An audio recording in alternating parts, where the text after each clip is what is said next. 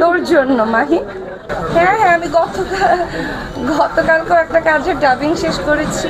ভালোই লাগছে, ভালো লাগছে, আরো ভালো লাগবে।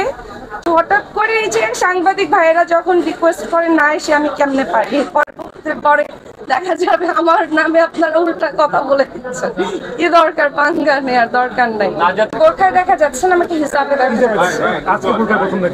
না না, আজকে বোরখায় প্রথম দেখা যায় নাই। বিষয়টা হচ্ছে যে সব জিনিসের একটা প্র্যাকটিস থাকে, তো আমার ভালো লাগছে, আমি এই জন্য আই এনজয়েড ইট।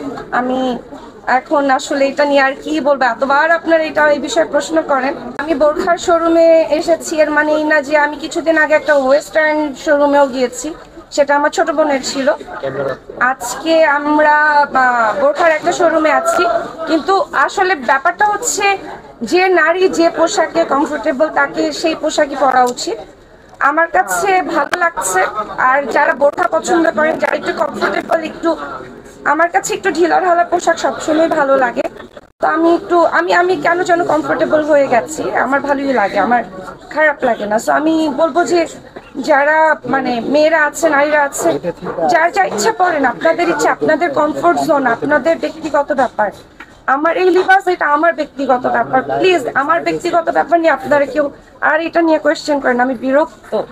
কতবার বলবো, আমি ওমরা থেকে আসার পর থেকে আমি একটু আগে দিদিকে বলতেছিলাম যে কোনো জিনিস যদি 40 দিন টানা মানে করা হয়, সেটা প্র্যাকটিস হয়ে যায়, এরপরে না সেটার মানে কমফোর্টেবলি হয়ে যায়, সেটার ইচ্ছাও করে না যে আচ্ছা ঠিক আছে এত মানুষের সামনে আমি যদি এখন মানে আগে যেভাবে আসতাম সেভাবে আমার আসলে আসতে ইচ্ছা হচ্ছে না এখন, এই জন্য আসতেছি না। বাট এটা আপনারা কিছু মানুষ আসলে এটাকে এমন ভাবে দেখাচ্ছে, কেন পোট্রে করছে, আই হ্যাভ নো আইডিয়া।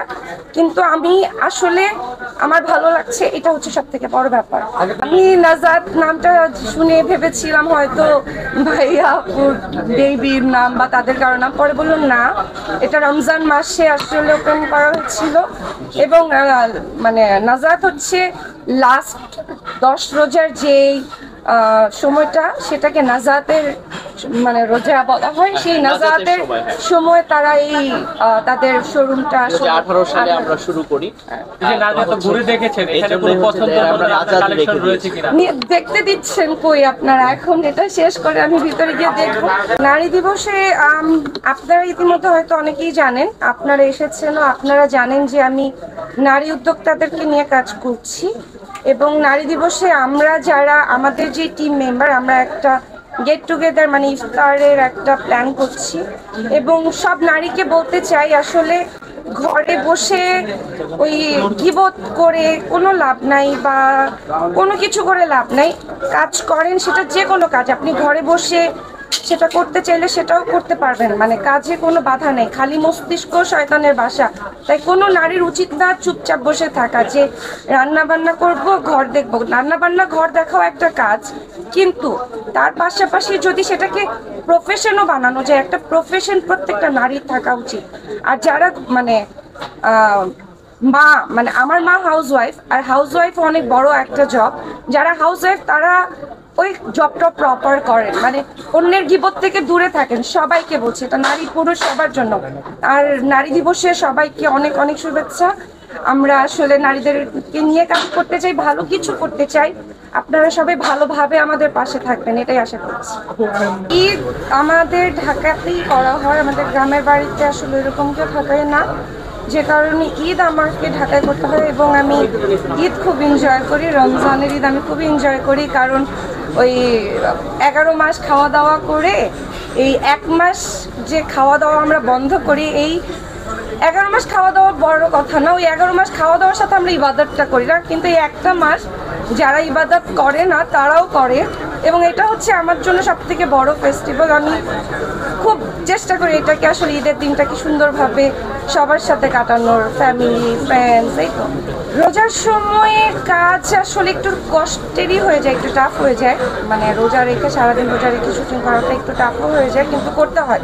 এখন যেমন আপনারা সবাই করছেন, যে যে যার যার জায়গা থেকে, আমার মনে হয় না রোজা কোনো কাজকে কখনো আটকাতে পারে, এটা আই ডোন্ট থিংক।